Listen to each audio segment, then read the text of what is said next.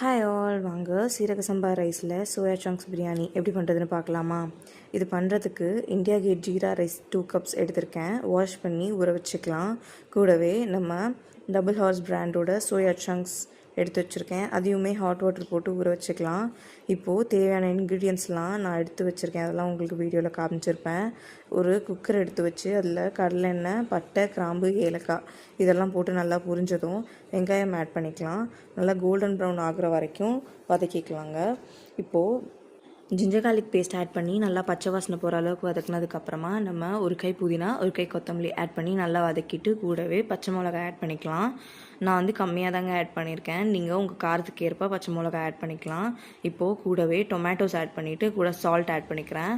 அப்போது ஈஸியாக வதங்கிரும். இப்போது இந்த அளவுக்கு வதங்கினதுக்கப்புறமா நம்ம தயிர் ஊற்றிக்கலாம். தயிர் நல்லா அடிச்சுட்டு ஊற்றிக்கோங்க.